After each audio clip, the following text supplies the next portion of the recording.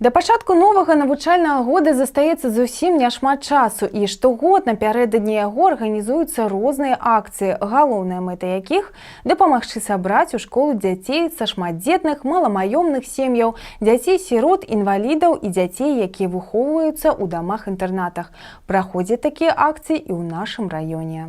Аднымі з першых збіраць рабят у школу пачалі валанцёры з атрада «Факел» папраўчай установы нумар 49. У рамках рэспубліканскай акцыі «Разам у школу» яны сумесна са старшынёй раённай арганізацыі Беларускага таварыства Чырвонага крыжа Ірынай Драздовай, прадстаўніком аддзела адукацыі, спорту і турызму Шклоўскага райвыканкама Марынай Пчалінковай і матушкай Кацярынай адправіліся ў дзіцячы дом сямейнага тыпу Андрэевых. Тут цяпер жывуць і выхоўваюцца 10 дзяцей, 6 з якіх ходзяць у школу, астатнія ў дзіцячы садок. І такая дапамога для гэтай дружнай сям'і апынулася літаральна незаменнай. Детям принесли тетради, альбомы, фломастеры, карандаши, краски, обложки для книг, обложки для тетрадей, тетради в клеточку, в линеечку, общее, полуобщее.